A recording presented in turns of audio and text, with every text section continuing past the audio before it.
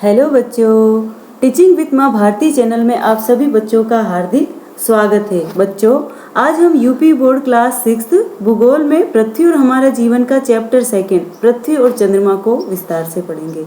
बच्चों, इस चैप्टर में चंद्रमा, सूर्य, चंद्रमा की गतियाँ, चंद्रमा की कलाएं, सूर्य ग्रहण, चंद्र ग्रहण, अमावस्या क्यों होती है, पूर्णिमा क्यों होती है, चंद्रमा पर जाने वाले प्रथम यात्री, इन सब को हम अच्छे से पढ़ेंगे। तो चलिए शुरू करते हैं। पृथ्वी और चंद्रमा। रात के समय आकाश में दिखाई देने वाले आकाशीय पिंडों में चंद्रमा प्रमुख है। यह सबसे बड़ा और चमकीला दिखाई देता है। हम देखते हैं कि चंद्रमा का आकार बदलता रहता है। पूरा चंद्रमा होने पर इस पर दिखने वाली धब्बे जैसी आकृति हमेशा एक सी बनी रहती है। ऐसा क्यों? देखिए, इस चित्र में पृथ्वी और चंद्रमा के परिक्रमण मार्ग को समझाया गया है। देखिए, यह सूर्य है। अब देखिए, यह सूर्य और पृथ्वी इसकी परिक्रमा कर रही है। इधर चंद्रमा भी पृथ्वी की परिक्रमा कर रहा है।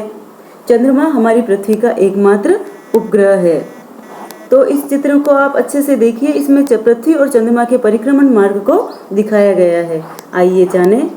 चंद्रमा हमारी पृथ्वी का एकमात्र प्राकृतिक उपग्रह है। यह हमने पिछले अध्याय में भी पढ़ा था। जिस प्रकार पृथ्वी अपनी धुरी पर घूमते हुए सूर्य की परिक्रमा करती है, उसी प्रकार चंद्रमा भी अपनी धुरी पर घूमते हुए पृथ्वी की परिक्रमा करता है। इसके साथ साथ चंद्रमा सूर्य की भी परिक्रमा करता है। रात के आकाश में सबसे तेज चमकने वाले चंद्रमा का अपना कोई प्रकाश नहीं होता। यह सूर्य के प्रकाश से प्रकाशित होता है। यह सूर्य के प्रकाश को परावर्तित करता है, जो हमारी पृथ्वी पर लगभग 1.25 सेकंड में पहुंचता है। इस प्रकाश को ही चांदनी यानी मूनलाइट कहते हैं। देखिए, अंतरिक्ष से लिया गया चंद्रमा का चित्र है, जिसमें धब्बे ही धब्बे दिखाई दे रहे हैं। आगे हम इसे पढ़ेंगे। चंद्रमा पृथ्वी से लगभग 3,84,000 किलोमीटर की दूरी पर है। इसका व्यास पृथ्वी के व्यास का 1/4 है। पृथ्वी के अधिक निकट होने के कारण रात के आकाश में यह सबसे बड़ा और चमकीला दिखाई देता है। चंद्रमा पर गुरुत्वाकर्षण बल पृथ्वी की तुलना में 6वां भाग है। आइए समझे। आप पृथ्वी पर जहाँ खड़े हैं वहाँ से एक छलांग लगाइए।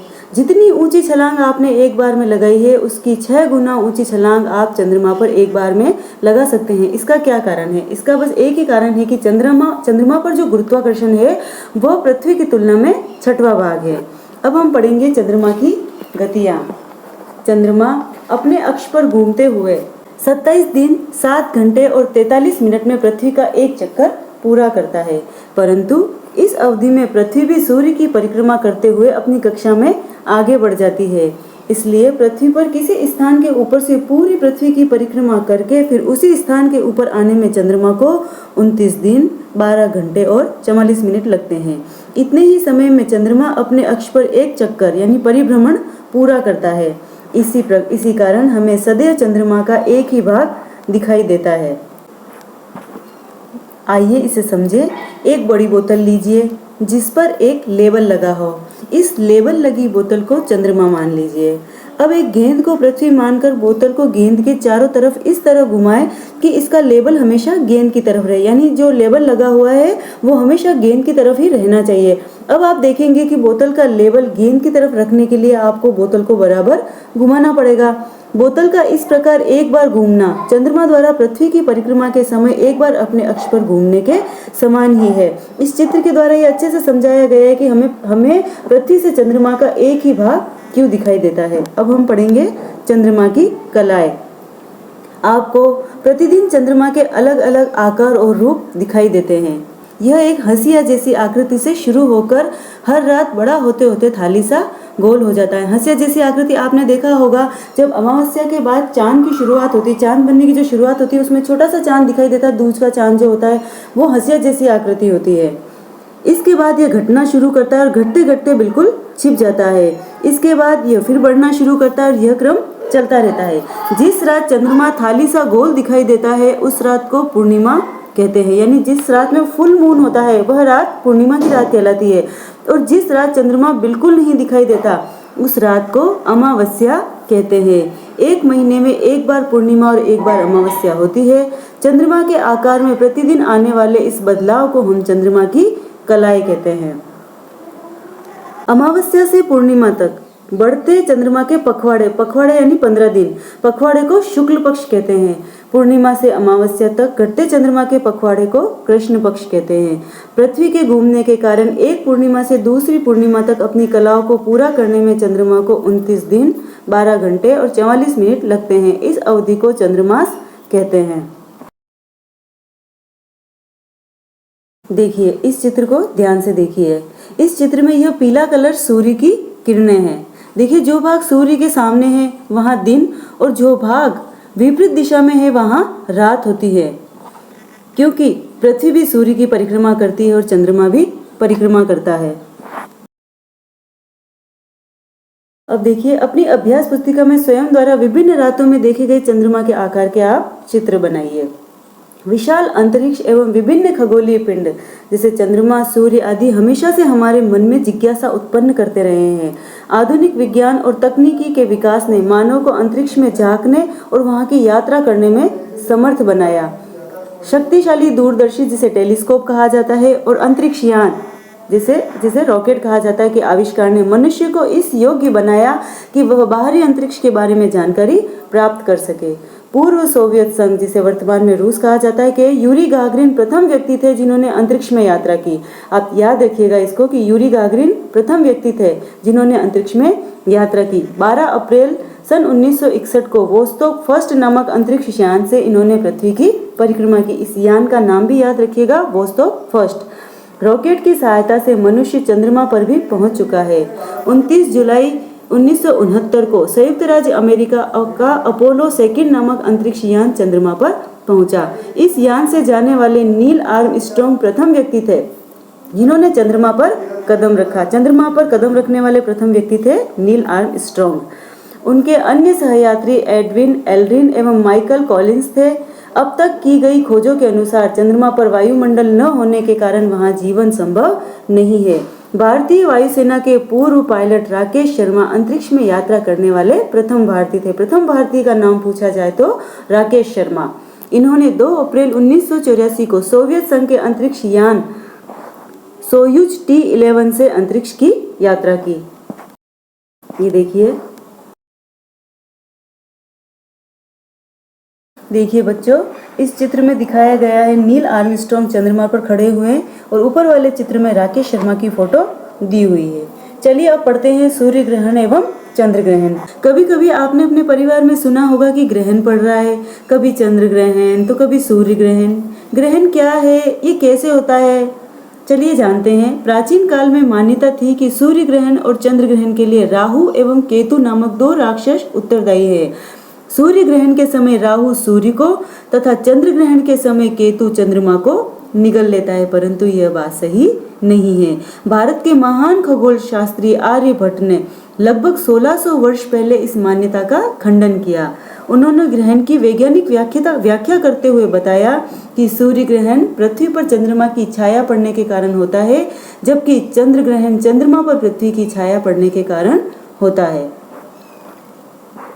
देखिए, छाया बनना, हमें अपनी, दूसरे की और अन्य वस्तुओं की परछाई यानी छाया बनते हुए देखा है। क्या आपने कभी सोचा है कि छाया कैसे बनती है? आइए जानें। जब हम सूर्य के प्रकाश में खड़े होते हैं तो विपरीत दिशा में पृथ्वी पर धुंधली काली सी हमारी छाया बनती है। छाया हमारी आकृति के जैसी बनती है। हमारी गति के अनुसार उसका स्थान बदलता रहता है। सुबह, दोपहर और शाम को सूर्य की स्थिति के अनुसार छाया छोटी बड़ी होती रहती है। छाया सदैव अपारदर्शी वस्तु की बनती है। इसी प्रकार बल्ब की रोशनी में भी अपनी या किसी अन्य अपारदर्शी वस्तु की छाया का बनना देखिए। जिन वस्तुओं के आर पार प्रकाश न जा सके उसे ही हम अपारदर्शी वस्तु कहते हैं।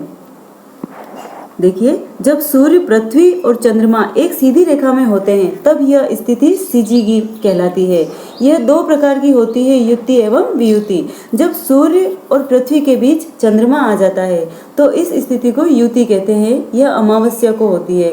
इस स्थिति में चंद्रमा की छाया पृथ्वी पर पड़ती है जिससे सूर्य ग्रहण होता है। देखिए, चित्र में बताया भी गया है। देखिए, चित्र में सूर्य ग्रहण की स्थिति को समझाया गया है कि सूर्य और पृथ्वी के बीच में चंद्रमा आ जाता है तो सूर्य ग्रहण होता है। इसी प्रकार जब सूर्य और चंद्रमा के बीच पृथ्वी आ जाती है तो उस स्थिति को वियुति कहते हैं। यह पूर्णिमा को होती है। इस स्थिति में पृथ्वी की छाया चंद्रमा पर पड़ती है, जिससे चंद्र ग्रहण होता है। देखिए चित्र में दिखाया है कि सूर्य और चंद्रमा के बीच पृथ्वी आ जाती है तो चंद्र ग्रहण होता है। याद रखिएगा, सूर्य ग्रहण हमेशा अमावस्या को होता है और चंद्र ग्रहण हमेशा पूर्णिमा को होता है। देखिए आगे पढ़ते हैं। वैज्ञानिकों के अनुसार सूर्य ग्रहण के समय सूर्य से खतरनाक किरणें निकलती है। आपको आपके मम्मी पापा ने भी बताया होगा कि सूर्य ग्रहण को कभी नंगी आंखों से नहीं देखना चाहिए, क्योंकि उससे खतरनाक किरणें निकलती है। चश्मा लगा के देखो या जो वो एक्सरे होता है उससे देखो, हम कभी भी नंगी आंखों से सूर्य ग्रहण को नहीं देखते। ये किरणें हमारी आंखों के लिए हानिकारक है और हमें अंधा भी बना सकती है। इसीलिए सूर्य ग्रहण को नंगी आंखों से नहीं देखना चाहिए, बल्कि इसे वैज्ञानिकों द्वारा निर्धारित विशेष चश्मे से ही देखना चाहिए। मानव द्वारा भी उपग्रह बनाए गए हैं जो पृथ्वी की परिक्रमा करते हैं। इन्हें मानव निर्मित उपग्रह कहा जाता है। जैसे भारत ने आर्यभट्ट, एजुसेट और ओशनजेट नामक उपग्रह बनाए हैं। हमने देखा कि अमावस्या को सूर्य ग्रहण और पूर्णिमा को चंद्र ग्रहण होता है। क्या आपने कभी सोचा है कि प्रत्येक अमावस्या को सूर्य ग्रहण एवं प्रत्येक पूर्णिमा को चंद्र ग्रहण क्यों नहीं होता है? शिक्षक टॉर्च, ग्लोब एवं गेंद की सहायता से कक्षा में सूर्य ग्रहण एवं चंद्र ग्रहण की समझ स्पष्ट बनाए। साथ ही बच्चों को पृथ्वी के कृत्रिम उपग्रहों एवं अन्य अंतरिक्ष अभियानों की जानकारी दे। आइए जाने, पृथ्वी अपने अक्ष पर 23.5 डिग्री झुकी हुई है। चंद्रमा का कक्षा तल पृथ्वी के कक्षा तल से लगभग 5 डिग्री का कोण बनाता है। इस कारण पृथ्वी के चारों ओर परिक्रमा करते समय चंद्रमा 28.5 डिग्री उत्तरी अक्षांश से लेकर 28.5 डिग्री दक्षिणी अक्षांश के मध्य दिखाई देता है। इस कारण हर अमावस्या को चंद्रमा की छाया पृथ्वी पर नहीं पड़ती, अतः हर अमावस्या को सूर्य ग्रहण नहीं होता है। इसी प्रकार हर पूर्णिमा को पृथ्वी की छाया चंद्रमा पर नहीं पड़ती, अतः हर पूर्णिमा को चंद्र ग्रहण नहीं होता। देखिए इस पाठ से संबंधित कुछ महत्वपूर्ण शब्दावलियां है, उसको जानते हैं। परावर्तन, प्रकाश का किसी सतह से टकराकर इधर उधर बिखरना ही परावर्तन कहलाता है। आविष्कार का मतलब होता है खोज करना। पखवाड़ा, पखवाड़ा 15 दिनों की अवधि होती है, जिसे पक्ष भी कहते हैं। आकर्षण का मतलब होता है खिंचाव। मानव निर्मित उपग्रह, पृथ्वी की परिक्रमा करने वाले वे उपग्रह जो मानव द्वारा बनाए गए हैं। तो बच्चों, ये था आपका पृथ्वी और चंद्रमा वाला अध्याय, जिसे हमने विस्तार से पढ़ा। नेक्स्ट वीडियो में मैं आपको इसके क्वेश्चन आंसर सॉल्व करवाऊंगी। तब तक के लिए आज्ञा दीजिए। नमस्कार।